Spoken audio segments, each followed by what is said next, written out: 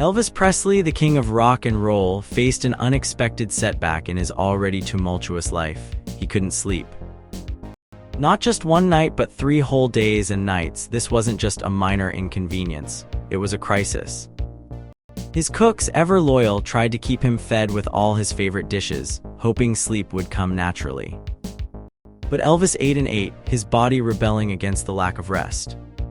It was clear his plan to revamp his diet was off track. Elvis's weight wasn't just about numbers on a scale.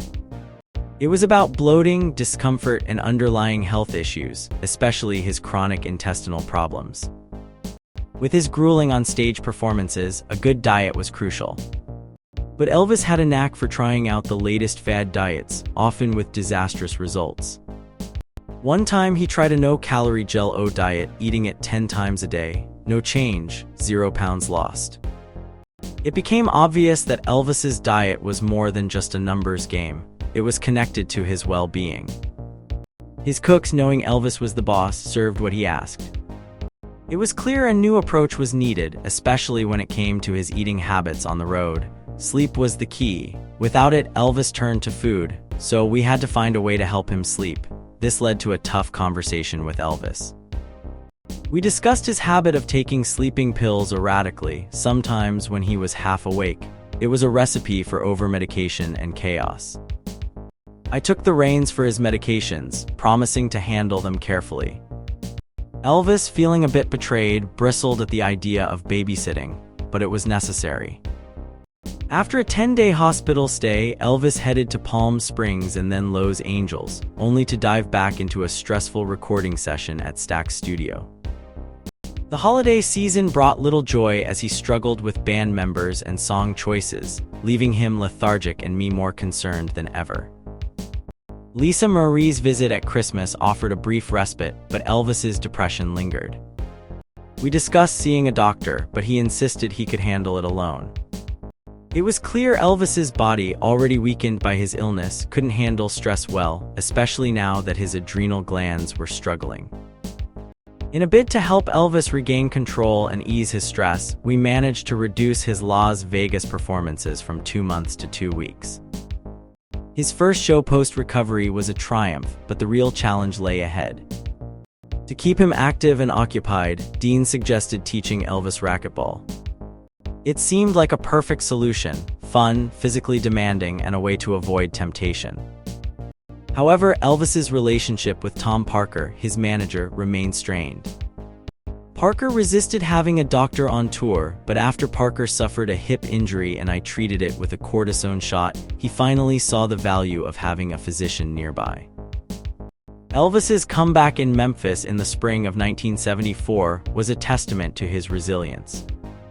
Despite initial nerves, he delivered electrifying performances. The city and the fans responded with wild enthusiasm. Elvis the King was back, proving that even in the darkest moments, the spark could ignite again. But the road ahead would be fraught with challenges, not just on stage but in the quiet moments where sleep eluded him and the weight of his struggles threatened to overwhelm.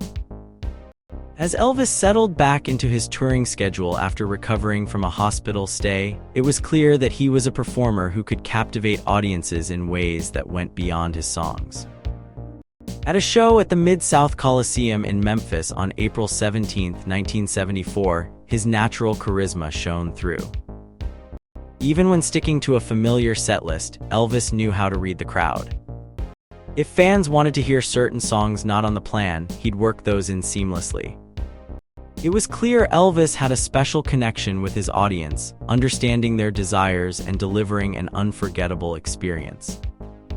That night, his performance stretched over an hour and a half, leaving the overflow crowd thrilled. RCA captured this incredible show, releasing it later as Elvis, as recorded live on stage in Memphis, a testament to his live performance magic. Around this time, Elvis was also known for his light-hearted moments on stage. During an afternoon show at the Mid-South Coliseum, he was clearly having fun, clowning around with the crowd. It was a glimpse into his personality, someone who loved to engage and entertain, not just sing. But life on the road wasn't always easy for Elvis. After a short break, he embarked on a tour with his trusted nurse, Tish Henley, by his side. Tish was more than just a nurse, she was like a sergeant, knowing exactly how to take care of Elvis, especially when it came to his medications. An incident where Elvis took unnecessary sleeping pills made Tish's role even more crucial. She had to decide what was best for him, sometimes having to explain to Elvis why certain medicines were not needed. In Tahoe, a significant event occurred that showed Elvis was protective of those around him. His security chief, Dick Grob, had to deal with an unruly fan who had been influenced by exaggerated tabloid stories. The situation could have led to a lawsuit, but Elvis intervened, making it clear he wasn't involved in the altercation. This event highlighted Elvis's growing anxiety, which was taking a toll on his health. His weight fluctuated wildly, and he grew frustrated with his inability to keep it steady. While some speculated that his drug use increased with his weight, it was more likely his stress from constant performing with little rest that was the real issue. Elvis's Vegas show in late August 1974 was a letdown. Despite surprising the audience with new songs, the response was lukewarm. He quickly adjusted his set, incorporating more karate moves, which the audience loved and critics praised. This showed Elvis's adaptability and his desire to please. This period also marked a happy time for Elvis as he met Sheila Ryan, an actress he would soon call his partner. Their relationship seemed like a positive influence, and Elvis's health appeared to improve as they relaxed in Vegas after the tour. He even treated his friends to new cars, showing his generosity and joy at being successful.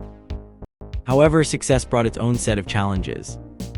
Elvis's health remained unpredictable, with sudden high fevers and balance issues. During a tour stop in State Line, Nevada, things took a serious turn. Elvis was ill, and to make matters worse, he faced a significant lawsuit regarding his bodyguards. This stress took a visible toll on him, and he retreated to focus on his health and legal issues. During this tough time, Elvis tried a controversial new weight loss method from Dr. Elias Gainem, a sleep diet involving liquid nutrients. While Elvis was drawn to quick fixes, this method was particularly risky. It involved being hooked up to an IV with a papaya juice-based mixture which was high in sugar and harmful to his already struggling health, especially his colon. This period highlighted Elvis's struggle with finding sustainable health solutions, often favoring short-term fixes over long-term well-being. Despite these challenges, Elvis's love for his work and his fans remained unwavering. His ability to connect with audiences and his resilience in the face of personal struggles continued to define him, even during his toughest times. Elvis Presley's health was a growing worry for his team, especially his doctor. As Elvis slept one night, his colon wasn't working right, making him gain weight and feel worse. By the time he returned to Memphis, it was clear something was very wrong. Elvis was mad about needing to see a doctor, but his team knew he needed help. Rumors swirled that Elvis was reading medical books too much, wanting to be his own doctor, but this wasn't true. Elvis would ask questions about his medications and read some health books, thinking he understood everything, but he didn't truly know the ins and outs of medicine. By 1974, Elvis showed signs of severe depression but refused to go back to therapy. Sleep was a big issue. He couldn't rest long, which made him cranky and tired. Sleep is super important because when we don't get enough, our bodies can't heal well. Elvis had trouble sleeping deeply and often walked in his sleep. Elvis started acting strangely, like he was secretively getting medicine from the airport.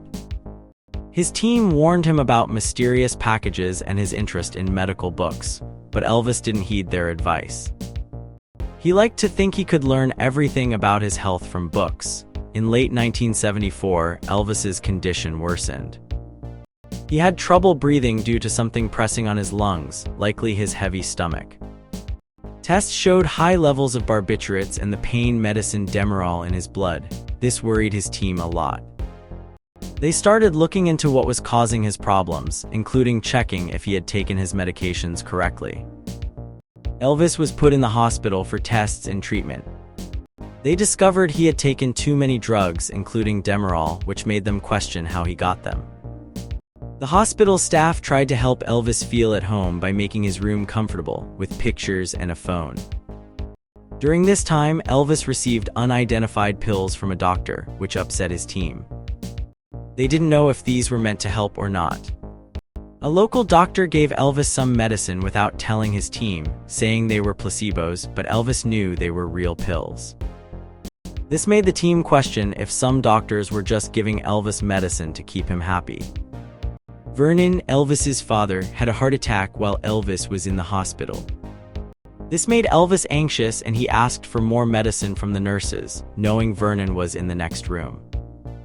This situation showed how Elvis was struggling not just with his health, but also with the stress of his father's condition. After a short hospital stay, Elvis left but was still relying heavily on medication. His doctor decided to change how Elvis got his medicine. Instead of giving him large bottles, the doctor worked with a nurse to create a system. Medicines were put into small envelopes given at specific times to make sure Elvis took the right doses at the right times. This was to keep things organized and prevent Elvis from taking too much medicine on his own. In simple terms, Elvis's health problems were complex, involving both physical and mental health issues. His team struggled to balance helping him with the challenges of his drug use and reliance on medications. They made changes to try and keep Elvis healthier and safer, but it was a tough road ahead.